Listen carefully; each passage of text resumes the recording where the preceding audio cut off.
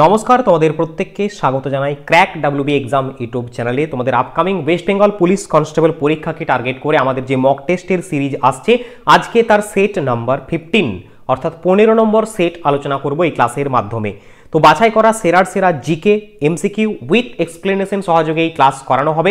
একদম হুবহু তোমাদের ওয়েস্ট বেঙ্গল পুলিশের সিলেবাস এবং বিগত বছর প্রশ্নপত্রকে ফলো আপ করে তৈরি করা, যেগুলো তোমাদের আপকামিং এক্সামের জন্য মোস্ট ইম্পর্ট্যান্ট হতে চলেছে। এবং এইখানে সেই সমস্ত প্রশ্ন আমরা পাবো যেগুলো তোমাদের সব থেকে বেশি কমন তোমরা পাবে এই ক্লাসের মাধ্যমে। তো অবশ্যই ক্লাসটা প্রথম থেকে শেষ অবধি ওয়াচ করবে।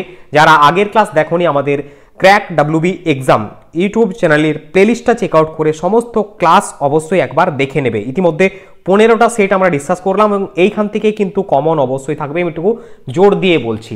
তো চলো শুরু করি আজকের ক্লাস। দেখে নেব আমরা প্রথম প্রশ্ন কি রয়েছে। দেখো প্রথম প্রশ্ন কি বলছে, আর্যভট্ট এবং বরাহমিহির কোন যুগের মনীষী ছিলেন? মৌর্য যুগ, গুপ্ত যুগ, পাল যুগ, দিল্লির সুলতানি যুগ। চারটে অপশনের মধ্যে সঠিক উত্তর কোনটা হবে? সঠিক উত্তরটি হয়ে যাবে অপশন বি, গুপ্ত যুগ। অপশন বি হবে সঠিক উত্তর। আর্যভট্ট এবং বরাহমিহির কোন যুগের মনীষী ছিলেন? গুপ্ত যুগের। দেখো সূর্য সিদ্ধান্তিকা আর্যভট্টের লেখা, বরাহমিহিরের লেখা গুরুত্বপূর্ণ গ্রন্থ যদি আমরা দেখি পঞ্চসিদ্ধান্তিকা এবং বৃহৎ সংহিতা আর বৃহৎ জাতক, এই তিনটে। এরপরে নেক্সট পরবর্তী কোয়েশ্চেন নাম্বার 2 বলছে, দেখো ভারতের নিম্নলিখিত কোন রাজ্যের জনসংখ্যা সবচেয়ে কম? মিজোরাম, সিকিম, মেঘালয়, ত্রিপুরা। চারটে অপশনের মধ্যে সঠিক উত্তর হবে ভারতের সিকিম রাজ্যের জনসংখ্যা সব থেকে কম, অপশন বি। এরপরে অ্যাডিশনাল ইনফরমেশন আমরা দেখবো। দেখো 2011 সালের সেন্সাস অনুযায়ী সিকিমের জনসংখ্যা সব থেকে কম আর উত্তরপ্রদেশ রাজ্যের জনসংখ্যা সব থেকে বেশি। উত্তরপ্রদেশ রাজ্যের জনসংখ্যা সব থেকে বেশি।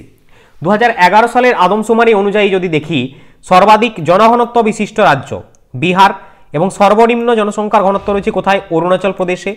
সর্বাধিক জনসংখ্যার রাজ্য যদি আমরা দেখি উত্তরপ্রদেশ এবং সব থেকে কম জনসংখ্যা সিকিমে। আমাদের ওয়েস্ট বেঙ্গলে জনসংখ্যার যে ঘনত্ব সেটা ছিল কত? দ্বিতীয় পজিশনে 1029। ওকে, চলো নেক্সট পরবর্তী প্রশ্ন। ভারতের প্রথম রাষ্ট্রপতি কে ছিলেন? রাজীব গান্ধী, লাল বাহাদুর শাস্ত্রী, ডক্টর রাজেন্দ্র প্রসাদ, ইন্দিরা গান্ধী। সঠিক উত্তরটি হয়ে যাবে doctor Rajendra Prasad was the first president of India. এইখান থেকে তোমাদের যে টাইপের প্রশ্নগুলো আসতে পারে, যেরকম রাষ্ট্রপতির মেয়াদ 5 বছর হয়ে থাকে, ভারতের রাষ্ট্রপতি উপরাষ্ট্রপতিকে পদত্যাগপত্র দিয়ে যে কোনো সময় অফিস থেকে পদত্যাগ করতে পারেন, তিনি রাষ্ট্রের প্রধান এবং রাষ্ট্রপতির ইমপিচমেন্টের বিষয়টি রয়েছে 61 নম্বর আর্টিকেলে। ভারতের রাষ্ট্রপতি ভারতীয় সশস্ত্র বাহিনীর সর্বাধিনায়ক আর ভারতের বর্তমান রাষ্ট্রপতি হলেন কে? দ্রৌপদী মুর্মু। নেক্সট পরবর্তী প্রশ্নে যাওয়ার আগে তোমাদের জন্য একটি ছোট্ট আপডেট। তোমাদের মধ্যে অনেক পরীক্ষার্থী রয়েছে যারা এখনো পর্যন্ত জিকেটাকে রপ্ত করতে পারছো না, তাদেরকে আমি বলবো অবশ্যই ক্র্যাক ডাব্লিউবি এক্সামের পক্ষ থেকে যে স্ট্যাটিক জিকে লেটেস্ট এডিশন এবং জিকে সাজেশন কিং বুক আমাদের রয়েছে, একবার সংগ্রহ করেই দেখতে পারো। এই মুহূর্তে 50% ডিসকাউন্টে ইবুক দুটি দেওয়া হচ্ছে এবং বইগুলো সম্পূর্ণ বাংলা ভাষায়।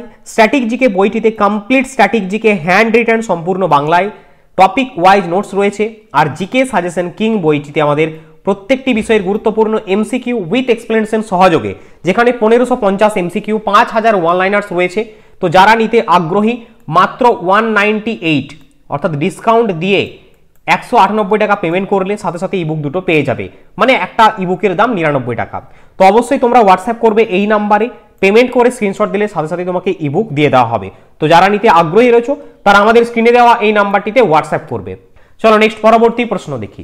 কোন শহর ভারতের ইলেকট্রনিক শহর নামে পরিচিত? বেঙ্গালুরু, হায়দ্রাবাদ, মুম্বাই, গুরুগ্রাম।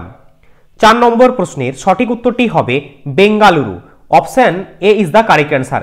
ভারতের কোন শহর ইলেকট্রনিক শহর নামে পরিচিত? Bengaluru is the correct answer. দেখো এরপরে বেঙ্গালুরুর অন্যান্য উপনামগুলো আমরা দেখব, যেরকম ভারতের সিলিকন ভ্যালি বলা হয়, ভারতের স্পেস শহর, ইলেকট্রনিক শহর, বিজ্ঞান নগরী, ভারতের উদ্যানের শহর, পেনশনদারদের শহর বলা হয়ে থাকে। তো এতগুলো নাম কিন্তু রয়েছে বেঙ্গালুরুর। এরপরে আমরা দেখব আমেদাবাদ। আমেদাবাদ ভারতের ম্যানচেস্টার নামে পরিচিত। তামিলনাড়ুর কোয়েম্বাটুরকে দক্ষিণ ভারতের ম্যানচেস্টার বলা হয়।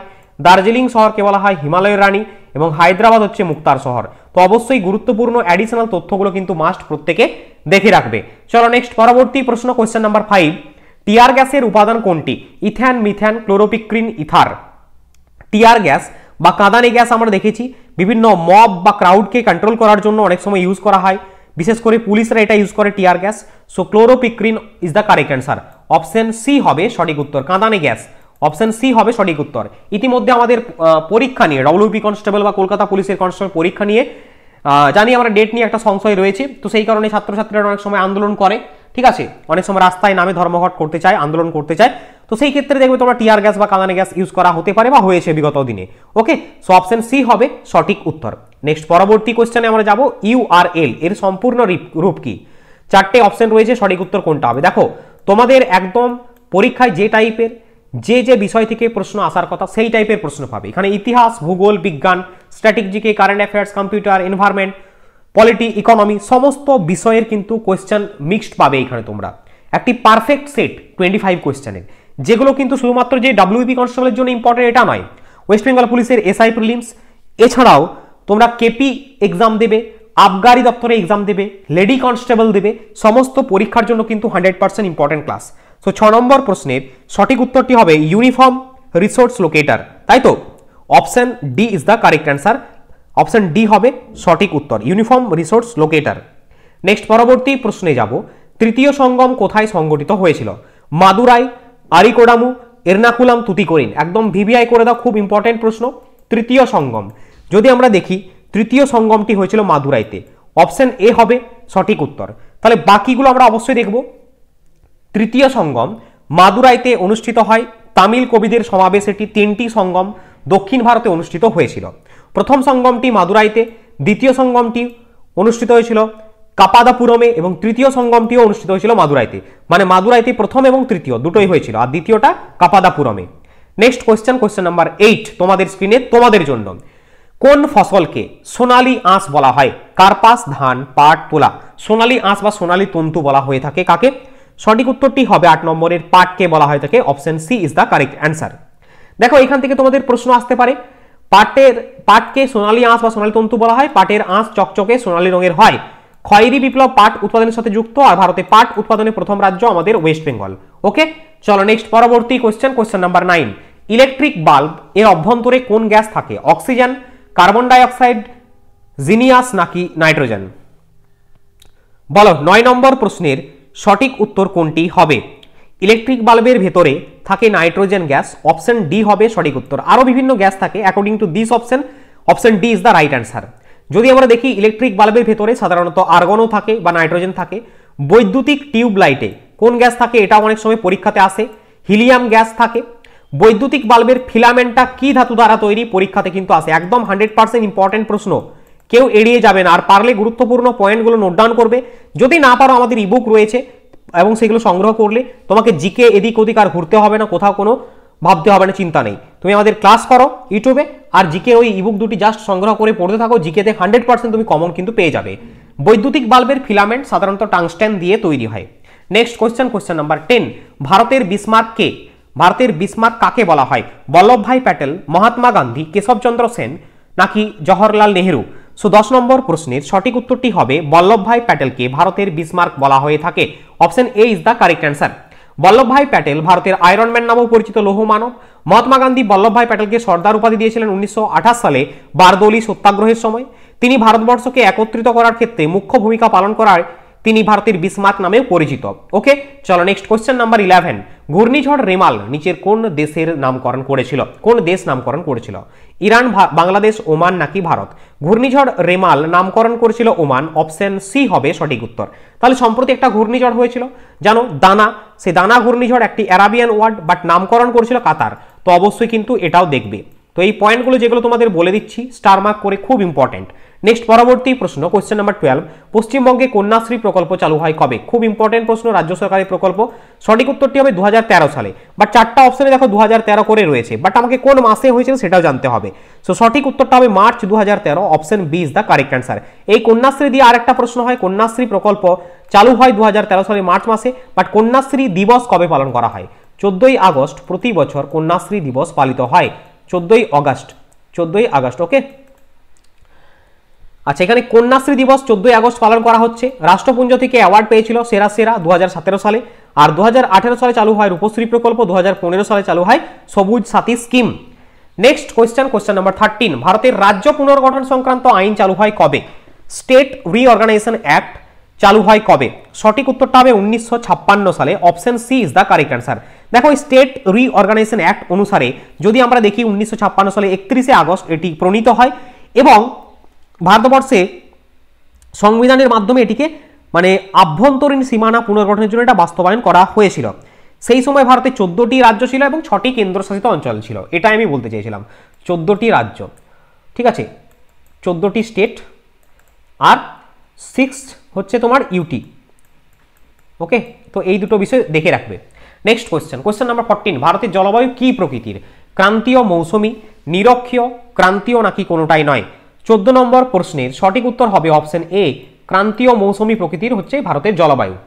দেখো ভারতের আবহাওয়া বিভাগ মানে ইন্ডিয়ান মেট্রোলজিক্যাল ডিপার্টমেন্ট অনুযায়ী 4টি মরশুমকে বলা হয়েছে, যে 4টি মরশুম রয়েছে আমাদের ভারতবর্ষে: শীতকাল, গ্রীষ্ম বা প্রাক বর্ষা মরশুম, মৌসুমী ঋতু বা বর্ষাকাল এবং মৌসুমী পরবর্তী ঋতু। মানে on the basis of monsoon আমাদের ক্লাইমেটকে ডিফাইন করা হয়েছে বা ক্যাটাগরাইজ করা হয়েছে।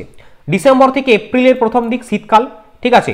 আচ্ছা, উত্তর পশ্চিম ভারতে এপ্রিল থেকে জুলাই, যেটা আমরা গ্রীষ্ম বা প্রাক বর্ষা মৌসুম বলছি। আর মৌসুমী ঋতু বা বর্ষাকাল জুন থেকে সেপ্টেম্বর, অক্টোবর থেকে ডিসেম্বর মৌসুমী পরবর্তী ঋতু, মানে আফটার পোস্ট মনসুন পিরিয়ড। ওকে, নেক্সট কোয়েশ্চেন নাম্বার 15, জলবিষুব হয় কোন দিনে? 21শে মার্চ, 22শে ডিসেম্বর, 21শে জুন নাকি 23শে সেপ্টেম্বর? 85 নম্বরের তোমাদের ওয়েস্ট বেঙ্গল পুলিশের পরীক্ষা হবে, একটা মাত্র পরীক্ষা, লেটেস্ট প্যাটার্ন, যেখানে 25টি জিকে, 25টি ম্যাথ, 25টি রিজনিং, 10টি ইংলিশ থাকবে। তো আমাদের ইতিমধ্যে জিকের এই মক টেস্ট চলছে এবং এখান থেকে কমন আসবে। আর বাদ বাকি যে সমস্ত বিষয়গুলো রয়েছে, আমরা যেমন ইংলিশটা কভার আপ করার চেষ্টা করি তোমাদেরকে ফ্রিতে, আমাদের যে টেলিগ্রাম গ্রুপ রয়েছে সেইখানে কিন্তু আমরা প্রোভাইড করছি। ঠিক একইভাবে আমরা আস্তে আস্তে বিভিন্ন ম্যাটেরিয়ালসের থ্রু দিয়ে পুরো সিলেবাসটাকে একটা কভার আপ করার চেষ্টা করব। তো লিঙ্ক ডেসক্রিপশনে রয়েছে, যারা চাও যুক্ত হতে তারা অবশ্যই যুক্ত হতে পারো। 15 নম্বর প্রশ্নের সঠিক উত্তর হবে 23শে সেপ্টেম্বর, অপশন ডি। সঠিক উত্তর হলো 23শে সেপ্টেম্বর। এরপরে বেশ কিছু ইম্পর্টেন্ট পয়েন্ট রয়েছে এখান থেকে, যেগুলো তোমাদের জানতেই হবে মাস্ট। যেরকম দিন এবং রাত্রির সমান দৈর্ঘ্যকে আমরা বিষুব বলে থাকি, এবং এই বিষুব দুটি হয়, একটা হচ্ছে মহাবিষুব আর একটা হচ্ছে জলবিষুব। কোন ডেটে হয় সেটাও এক্সামে জিজ্ঞেস করে। যেরকম 21শে মার্চকে বলা হয় মহাবিষুব আর 23শে সেপ্টেম্বরকে বলা হয় জলবিষুব। আর একটা হয় কর্কটক্রান্তি, মকর সংক্রান্তি। তো এই দুটো ডেটেও দেখবে। 20 জুন বা 21শে জুনকে আমরা কি বলছি? কর্কট সংক্রান্তি, যেটা হচ্ছে বছরের দীর্ঘতম দিন। গ্রীষ্মের শুরুকে চিহ্নিত করে এই কর্কট সংক্রান্তি 21শে জুন। আর মকর সংক্রান্তি 21শে বা 22শে ডিসেম্বর, যেটা হচ্ছে বছরের সব থেকে ছোট দিন মকর সংক্রান্তি। এটা হচ্ছে শীতের শুরুকে ডিনোট করে। সো এই জিওগ্রাফিক্যাল যে সমস্ত ইভেন্টগুলো হয় সেই ইভেন্টগুলো তোমাকে কিন্তু জানতে হবে। নেক্সট পরবর্তী কোয়েশ্চেন, কোষের মস্তিষ্ক বলা হয় কাকে? Ribosome, mitochondria, plastid, nucleus. Question number 16, right অ্যান্সারটি হবে নিউক্লিয়াসকে বলা হয় কোষের মস্তিষ্ক। কোষের মস্তিষ্ক বলা হয় নিউক্লিয়াসকে। কোষ থেকে তোমাদের বেশ কিছু পয়েন্ট আসে, যেরকম কোষের মস্তিষ্ক বলা হয় নিউক্লিয়াসকে, ঠিক একইভাবে জিজ্ঞেস করবে কোষের শক্তিঘর, power house of the cell বলা হয় কাকে? মাইটোকন্ড্রিয়াকে। আচ্ছা, প্রোটোপ্লাজম বা সাইটোসোল বলা হয় সাইটোপ্লাজমকে। লাইসোজোমকে কি বলা হয়? সুইসাইডাল ব্যাগ বা সুইসাইড ব্যাগ বলা হয়ে থাকে, বা আত্মঘাতী থলি বলা হয়ে থাকে। প্রোটিন সংশ্লেষণ কোথায় ঘটে? রাইবোজোমে ঘটে। সো এই পয়েন্টগুলো কোষ থেকে আসে। কোষ প্রথম আবিষ্কার করেন কে? 1665 সালে ডিড সেল আবিষ্কার করেছিলেন রবার্ট হুক। তারপরে লিভিং সেল আবিষ্কার করেন লিওয়েন হুক। তো এই পয়েন্টগুলো তোমাকে কিন্তু জানতে হবে। ওকে, নেক্সট কোয়েশ্চেন নাম্বার 17, কত সালে সংবিধানের 42তম সংশোধনী গৃহীত হয়? 1966, 1976, 1980, 1978?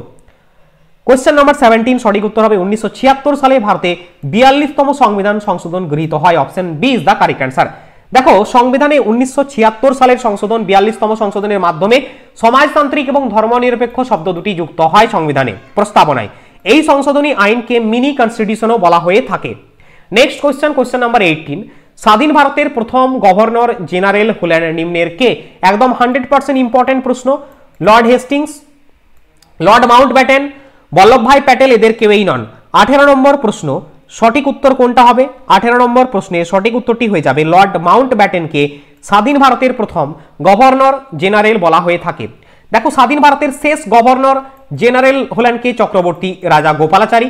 বাংলার শেষ গভর্নর এবং বাংলার প্রথম গভর্নর জেনারেল ছিলেন ওয়ারেন হেস্টিংস। মানে গভর্নর পদটা গভর্নর জেনারেল পদে উন্নীত করা হয়। লর্ড উইলিয়াম বেন্টিং ছিলেন বাংলার শেষ গভর্নর জেনারেল। লর্ড ক্যানিং ভারতের প্রথম ভাইসরয় ছিলেন। লর্ড উইলিয়াম বেন্টিং 1828 থেকে 1835 সাল পর্যন্ত ভারতের প্রথম গভর্নর জেনারেল ছিলেন। এরপরে পরবর্তী কোয়েশ্চেন, কোন গুপ্ত রাজা হুনদের আক্রমণ প্রতিরোধ করেন? সমুদ্রগুপ্ত, পুরুগুপ্ত, স্কন্দগুপ্ত, প্রথম কুমারগুপ্ত। 19 নম্বর কোয়েশ্চেন, সঠিক উত্তর হবে স্কন্দগুপ্ত হুন আক্রমণ প্রতিহত করেছিলেন।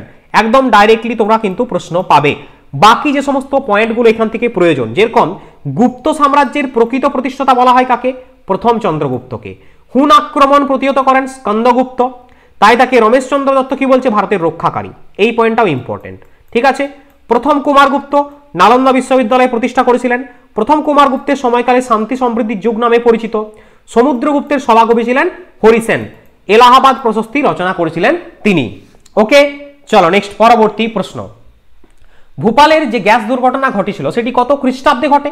অপশন এ বলছে 1952, option B 1980, option C 1984, option D 1990। সঠিক উত্তরটি হবে 1984 সালে ভূপাল গ্যাস দুর্ঘটনা ঘটেছিল।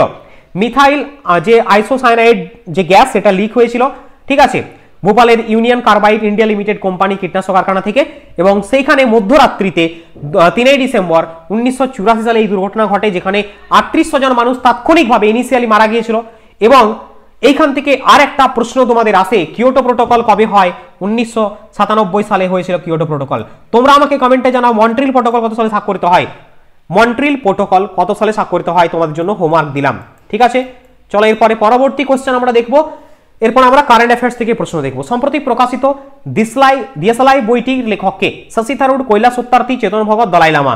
সঠিক উত্তরটি হবে অপশন বি কৈলাস সত্যার্থী, যিনি 2014 সালে নোবেল পিস প্রাইজ পেয়েছিলেন।